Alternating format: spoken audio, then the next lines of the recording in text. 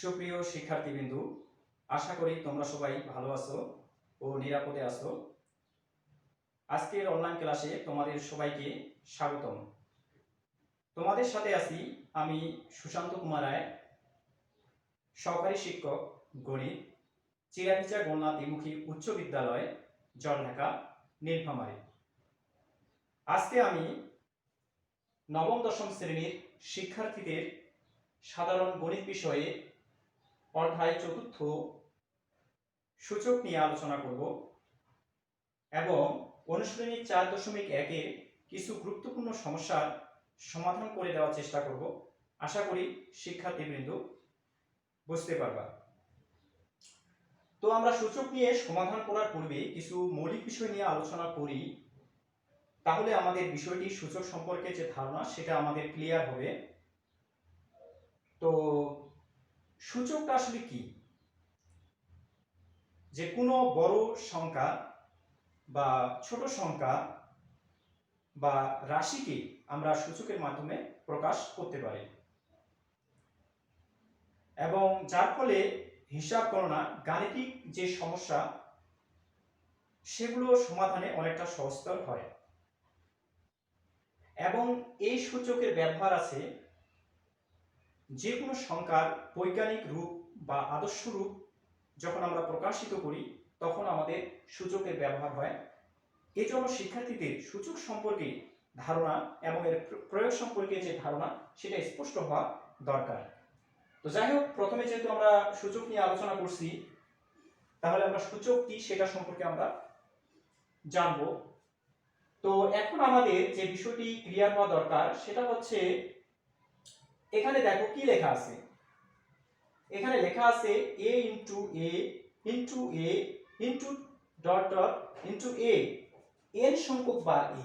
তার মানে হচ্ছে এখানে a দেওয়া আছে কিন্তু চলতেছে এভাবে n সংখ্যক পর্যন্ত, সেটাকে লেখা যায় a two the power n। এখন এটা যে আমরা লিখলাম এটার কারণটা কি? এখন এটা আমরা কেন লিখলাম? তো এটা লেখার কারণ হচ্ছে যে কোনো সংখ্যা যখন চলতেই থাকে সেটা তো আমরা অনেক বড় আকারে প্রকাশ করতে পারি না, সেটাই বলছে যে সূচক অনেকটা সহজ করে দিয়েছে। যার কারণটা হচ্ছে a two the power n মানে এই পুরো সিরিজটাকে বোঝায়, কত বড় একটা জায়গা দখল করছে সেটা সংক্ষিপ্ত আকারে আমরা বুঝে গেলাম। সুতরাং এটাই হচ্ছে সহজ রূপ। এখন দেখো এখানে এটা এখন কি এবং nটা এখন কি, এটা সম্পর্কে আমাদের জানা আবশ্যক। তো যাই হোক, এখানে a হচ্ছে ভিত্তি আর n হচ্ছে এখানে শক্তি। ঠিক আছে, যেহেতু a ভিত্তি এবং n হচ্ছে শক্তি, এ কারণে n কে a এর কি বলা হয়? পাওয়ার বা শক্তি বা সূচক বলা হয়। এটাকে বলা হয় সূচক। যাই হোক, এটা সম্পর্কে আমরা জানলাম। এখন আমরা সমাধানে আসবো। দেখো 1 নম্বর যে সমাধান পাঠ্য বইয়ের, তোমাদের পাঠ্য বইয়ের অনুশীলনী 4.1-এর 1 নম্বর যে সমাধান দেওয়া আছে সেটা সম্পর্কে যদি আমরা জানি, এখানে লেখা আছে 7 to the power 3 into 7 to the power minus 3 by 3 into 3 to the power minus 4। তো যাই হোক, এটা সম্পর্কে এখন আমাদের ধারণা আমরা পাবো। যেহেতু একটা সূত্র আমরা লিখি 1 নাম্বার, সেটা হচ্ছে a two the power m into a two the power n, মানে লেখা যায় a two the power m plus n। বুঝা গেছে? যেহেতু a two the power m into a two the power n equal to লেখা যায় a two the power m plus n, তো সেটা আমরা এখানে প্রয়োগ করব। যদি বেসটা একই হয়, ওখানে a ছিল, এখানে 7 এবং 7 আছে, আর এখানে 3 এবং 3 আছে, তাহলে আমরা কি লিখতে পারি? তাহলে আমরা লিখতে পারি 7 দুইটার পরিবর্তে একটা 3, আর এখানে প্লাস যোগ হয়, যেহেতু মাইনাস 3 আছে তার মানে মাইনাস 3, এখানে 3 আমরা নিলাম। এখানে যেহেতু পাওয়ার 1 আছে, যে কোনো কিছুর পাওয়ার যদি না থাকে সেটা অবশ্যই 1, তাহলে 1 আর এখানে প্লাস মাইনাস 4, তার মানে হচ্ছে যোগ হবে ওই সূত্র। এখন দেখা যাচ্ছে এখানে কি লেখা যায়? 7 3 মাইনাস 3 3 1 মাইনাস 4। এখন 7 এর উপর কি কাটাকাটি করলে 0, 3 3 কাটা গেলে 0, আর এখানে 3 মাইনাস 3। এখন দেখা যাচ্ছে 7 এর উপর 0, তো আমরা জানি যে যে কোনো পাওয়ারের উপর 0, যদি a টু দি পাওয়ার 0 হয় তাহলে 1 লেখা যায়। এটার কারণ হচ্ছে 1 কখনোই 0 হবে না, তার মানে 1 কখনো a কখনোই 0 হবে না। তো a two the power 0 equal to 1, তার মানে হচ্ছে যে কোনো পাওয়ারের উপর যদি 0 থাকে তাহলে অবশ্যই সেটা 1 হয়ে যায়। আর এটার যে সূত্র, এজন্য এটা সমান লিখতেছি 1, এবং এটার সমান একটা লেখা যায়, এটা একটা সূত্র আছে, সেটা হচ্ছে যে 1/a two the power minus n equal to লেখা যায় a two the power n। ঠিক আছে, 1/a two the power minus n a two the power n, এটাকে বলা হয় ঋণাত্মক সূচক, এটাকে বলা হয় ঋণাত্মক সূচক। ঠিক আছে, তো এখন কথা হচ্ছে যে এটাকে আমরা কিভাবে লিখতে পারি।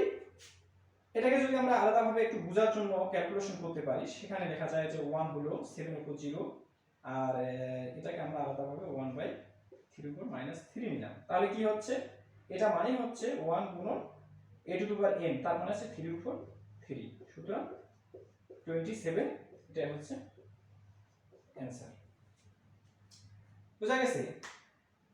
তো প্রথমে আমাদের যে সূত্রটা পড়ছে সেটা হচ্ছে 1 number a two the power m into a two the power n এর সূত্র, দ্বিতীয় তাই, তারপরে পাওয়ারগুলো ক্যালকুলেশন করে এটা করলাম। এটা মানে হচ্ছে এখানে আমাদের সূত্র পড়ছে এটা না, এটা a টু দি পাওয়ার 0 মানে হচ্ছে 1, আর এখানে নিচে একটা সূত্র পড়ছে সেটা হচ্ছে ঋণাত্মক সূচক, আর এটাকে বলা হয় শূন্য সূচক।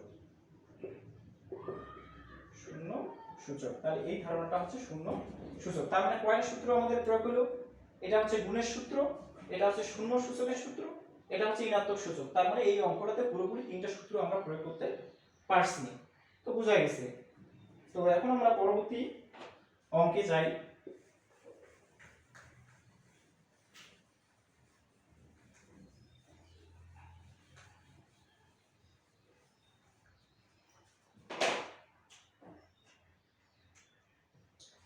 তো এখন আমরা আরেকটি অঙ্ক করলে সহজ হয়ে যাবে, সেটা হচ্ছে পাঠ্য বইয়ের 4 নম্বর অঙ্কটা। পাঠ্য বইয়ের 4 নম্বর অঙ্ক। দেখো এখানে কি আছে, এখানে দেওয়া আছে 2a to the power -1 plus 3b to the power -1 to the power -1 দেওয়া আছে। এখন এটা যদি আমরা সমস্যার সমাধান করতে চাই, তাহলে আমাদের প্রথমেই বুঝতে হবে যে এখানে এই যে টার্মটা দেওয়া আছে সেটার সমান কি লেখা যায়। তো এটাও একটা আমরা সূত্র জানি, সেটা হচ্ছে যে a ইনভার্স 1 মানে a টু দি পাওয়ার -1 যদি থাকে তাহলে লেখা যাবে 1/a। আমরা আরো একটু ক্লিয়ার হই, যদি এর উপর আরো পাওয়ার চেঞ্জ হয় 2 হয়, তাহলে আমাদের লেখা যাবে 1/a স্কয়ার। ঠিক আছে, এখন আমরা অনুরূপ এখানে আমরা লিখতে পারি 2 ইনটু কি a ইনভার্স 1 মানে 1/a প্লাস 3 b ইনভার্স মানে 1/b ব্র্যাকেট ক্লোজ ইনভার্স। তার মানে এটা মানে লেখা যায় 2/a প্লাস 3/b ইনভার্স 1। এটাকে আমরা লসাগু নিতে পারি, a এবং b এর লসাগু ab, যেহেতু এখানে a আছে b নাই 2b, আর 3 আর a গুণ করে 3a। ঠিক আছে, এখন এখানে আমাদের আরেকটি জিনিস জানা দরকার, যে কোনো পাওয়ার উপর ইনভার্স, মানে দেখো যে a ইনভার্স মানে 1/a লেখা গেছে, তার মানে কি এই সূত্রটাই প্রয়োগ হবে, তার মানে এটা লেখা যাবে 1/2b প্লাস 3a তাই হচ্ছে কি ab।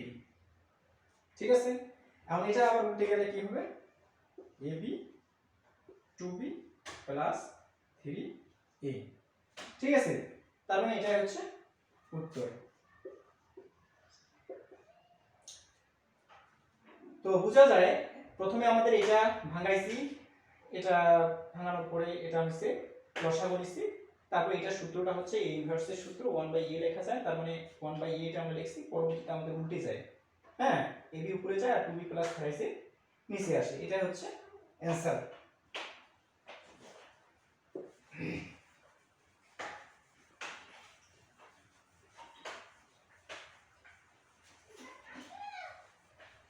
এখন আমাদের আরেকটি অঙ্ক আমরা করব, এই অঙ্কটি করলে আমাদের ক্লিয়ার হয়ে যাবে। ঠিক আছে, যেমন এখানে দেওয়া আছে পাঠ্য বইয়ে 6 নম্বর অঙ্ক। এটা যদি আমরা অঙ্কটা সমাধান করি তাহলে আমরা আর একটু বুঝতে পারবো। কি দেওয়া আছে? Root over x inverse y, root over y inverse z into root over z inverse x. ঠিক আছে, এটা দেওয়া আছে। তো অনুরূপভাবে আমরা যে অঙ্কটা করছি আগে, যে এ ইনভার্স মানে হচ্ছে 1/a, সেই হিসাবে আমরা এটাকে ভাঙাই। এখানে 1, তো x ইনভার্স 1 মানে হচ্ছে 1/x ইনটু কি y, এটার উপর তারপর হচ্ছে রুট ওভার 1 y ইনভার্স মানে 1/y z, তাহলে z ইনভার্স মানে 1/z ইনটু কি x। ঠিক আছে, তো এখন আমাদের যেটা করতে হবে, আমরা এটা জানি, এভাবে লেখা যায় y/x into z/y into x/z। আমরা একটা সূত্র জানি, সেটা হচ্ছে যে যদি এরকম লেখা যায় যে root over a into root over b into root over c equal to একবারে দেওয়া যায় root over a b c, এটা আমাদের জানা যায় যে রুট ওভার গুলো একখানে নেওয়া যায়। যে তিনটা রুট আছে আমরা একখানে এরকম নিলাম, এটা গুণ হয় y/x into z/y into x/z। ঠিক আছে, বোঝা যায়। এখানে এখন দেখাও y y কাটা x x কাটা z z কাটা, কি থাকলো? উপরে নিচে গুণ হলে আমরা জানি 1, তো এখানে 1 লেখা গেল। যে কোনো পাওয়ারের উপর, যেমন এখানে 1 এর উপর রুট মানে কি? 1 এর উপর রুট মানে হচ্ছে 1 এ লেখা যায়। ঠিক আছে, এটা হচ্ছে অ্যানসার।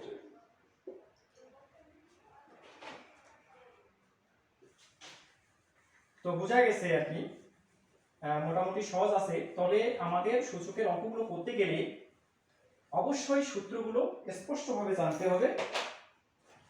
যেমন এখানে আরেকটি অঙ্ক আমরা করলে বুঝতে পারবো, সেটা হচ্ছে খুব সুন্দর একটি অঙ্ক, পাঠ্য বইয়ের 7 নম্বর অঙ্ক। এটা প্রায় আমরা দেখতে পাই বিভিন্ন কম্পিটিশনমূলক পরীক্ষায়, এবং এটা পরীক্ষাও থাকে। এখানে কি দেওয়া আছে? 2 two the power n plus 4 minus 4 into 2 two the power n plus 1। এখানে দেখো ভাগ 2 two the power n plus 2 ভাগ 2। তো এখানে আমাদের প্রথমে লক্ষ্য করা যায় যে এখানে 2 two the power n plus 1 আছে, সুতরাং এইটাতে আমরা যদি যেতে চাই এই টার্ম থেকে যাওয়া যাবে। কারণ এখানে আমরা কিভাবে যাওয়া যাবে দেখি, 2n plus 1 plus 3 minus 4 into n plus 1। কেন গেল? কারণ n প্লাস 1 প্লাস 3, তার মানে যোগ বিয়োগ করলে ওই আগেরটা এটা। ঠিক আছে, কোনো সমস্যা নেই। এখন 2n প্লাস 2 ভাগ 2, যে কোনো পাওয়ারের উপর কোনো কিছু না থাকলে সেটা 1ই আছে। এখন দেখো এটাকে ভাঙানো যায়, 2n plus 1 into 2 3 minus 4n plus 1। এখন অনেকের প্রশ্ন থাকতে পারে যে এটা কিভাবে হলো, যে আমরা কিভাবে এটা লিখলাম। এটা সূত্রটা হচ্ছে এরকম, যে যদি কোনো পাওয়ারের উপর a two the power n কিন্তু একই রকম থাকে, n প্লাস n এরকম থাকে, a two the power m into a two the power n লেখা যায়। যে যদি এরকম থাকে a two the power m plus n থাকে, a two the power m into a two the power n লেখা যায়। এই বিষয়টি আরেকটু আমরা ক্লিয়ার করব পরবর্তীতে। সেটা হচ্ছে যে যখন আমরা সূচকের নিয়ম অনুযায়ী আমরা যখন গুণ থাকে তখন আমরা সেটা চলে যায় কি, গুণ থাকলে অবশ্যই আমাদের হবে কি প্লাস, আর ভাগ থাকলে অবশ্যই হবে সেটা মাইনাস। এটা আমাদের জানা দরকার। তো এখানে সাধারণত প্লাস ছিল, এটা ইনটু আকারে হয়ে গেছে, তো যখন ভাগ থাকবে তখন আবার মাইনাস আকারে হয়ে যাবে। ঠিক আছে, তো এখন দেখো এখানে 2 two the power n plus 2 ভাগের সূত্র, এটা একটা লেখা যায় a two the power m ভাগ a two the power n equal to কি লেখা যায়, a two the power m minus n। তার মানে এটা হচ্ছে ভাগের সূত্র। যদি সূচক একই হয়ে থাকে এবং পাওয়ারগুলো আলাদা হয়, তাহলে দুইটা সূচকের পরিবর্তে একটা আর পাওয়ারগুলো বিয়োগ হয়ে যাবে। ঠিক আছে, তো অনুরূপভাবে এখানে দেখা যায় যে এটা একটা ভিত্তি, এটাও একটা ভিত্তি, দুইটা ভিত্তির পরিবর্তে আমরা একটা লিখছি আর পাওয়ারটা কি হয়ে যাবে, বিয়োগ হয়ে যাবে। অনুরূপ এটা ডিভাইডেড আছে, ভাগাকারে আছে, পাওয়ারটা মাইনাস হয়ে গেছে এখানে। তাই এখানে দুটা এরো বেস এ বেস একই 1 বিয়োগ, ঠিক আছে। তো এখন দেখো এখানে কমন নেওয়া যায়, 2 two the power n plus 1 থাকে 2 টু দি পাওয়ার 3 মাইনাস এখানে থাকে 4, এখানে আমরা কি পাই 2 two the power n plus 1। এখন দেখো এখানে কাটাকাটি যায়, এটা বাদ যায় এটা বাদ যায়, থাকে কি 2 এর উপর কিউব মাইনাস 4। তাহলে এটা দেখো 2 দুগুণা 4 4 দুগুণা 8 মাইনাস 4 4। তাহলে অ্যান্সার হচ্ছে কত? অ্যান্সার হচ্ছে 4। সুতরাং বোঝা গেছে। তো আমরা প্রথমে জেনে নেই, এখানে আমরা এই টার্মটা ভাঙাইছি এই সূত্র প্রয়োগ করে, না না সরি এই সূত্র প্রয়োগ করে, আর ভাঙানোর পরে না না এখানে n প্লাস 4 এটা আমরা ভাঙাইছি n plus 1 n plus 1 plus 3, কারণ এটাকে মিলানোর জন্য আমরা পরে আমরা লসাগু নিলাম। এখানে আমাদের n প্লাস 1 প্লাস 3, হ্যাঁ এটা আমরা ভাঙাইলাম, ভাঙানোর পরে পরে আমরা কমন নিছি, এই যে এখানে কমন নেওয়ার পরে এটা আসছে 2 টু দি পাওয়ার 3 মাইনাস 4, এখানে ক্যালকুলেশন করে 4 হয়ে গেল, ঠিক আছে, কোনো সমস্যা নাই। আরেকটি অঙ্ক করলে আমরা স্পষ্ট বুঝতে পারবো সূচকের নিয়ম অনুযায়ী। তো আমরা যাই।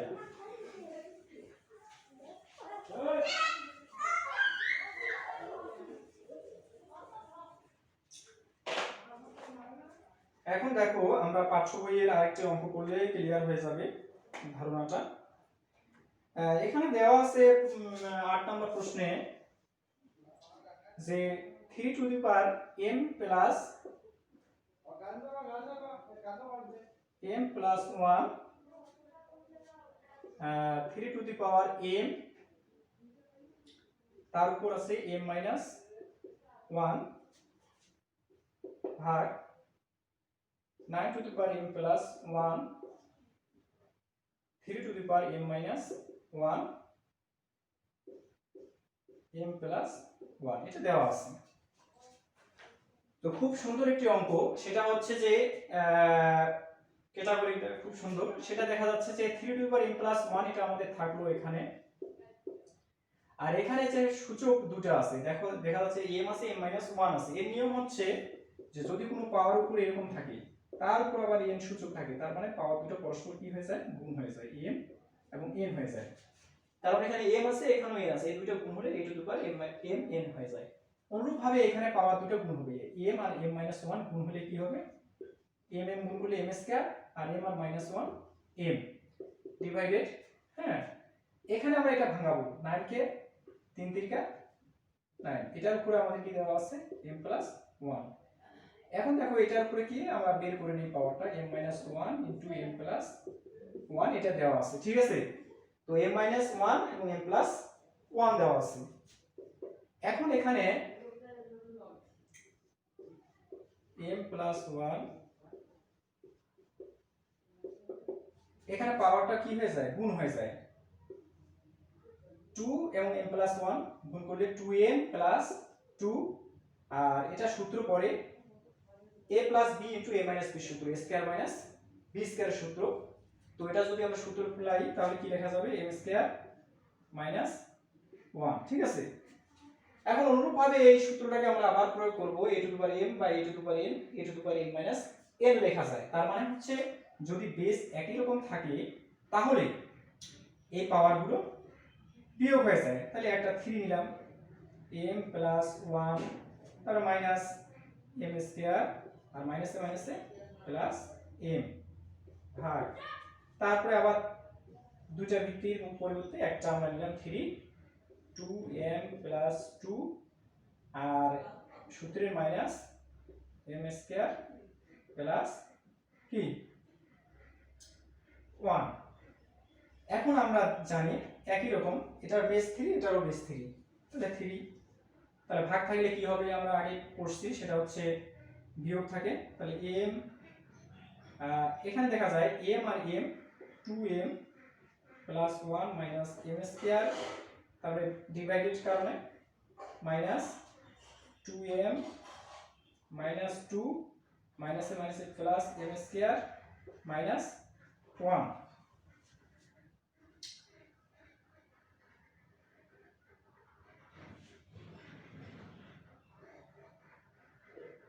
ঠিক আছে, এখানে বোঝা গেছে m minus m square minus 1 m plus 2 m square plus 1। ঠিক আছে, তো এখন এখানে m 2m plus 1 minus m square minus 2m minus 2 minus minus plus m square minus 1। তো এখন দেখো 2m এই 2m কাটা যায়, মাইনাস m স্কয়ার কাটা যায়, এখানে কি আছে প্লাস 1 আর হচ্ছে মাইনাস 2 আর মাইনাস 1 মাইনাস 3 থেকে মাইনাস প্লাস 1 গেলে কি হয় 3 এর উপর মাইনাস 2 হয়। ঠিক আছে, হ্যাঁ, তো এখন দেখা যাচ্ছে এটা মানে আমাদের একটা সূত্র পড়ে, সেটা হচ্ছে আমরা জানি সূত্রটা হচ্ছে এরকম যে এখানে আসলে লেখা যায়, সেটা হচ্ছে যে আমরা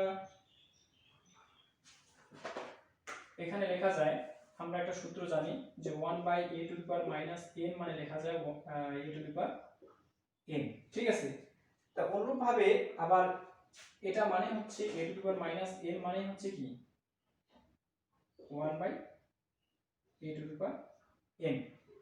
ঠিক আছে, তার মানে এটা এরকম দেওয়া আছে, তার মানে 1/3 স্কয়ার, তার মানে 1/9, এটা হচ্ছে অ্যানসার। ঠিক আছে,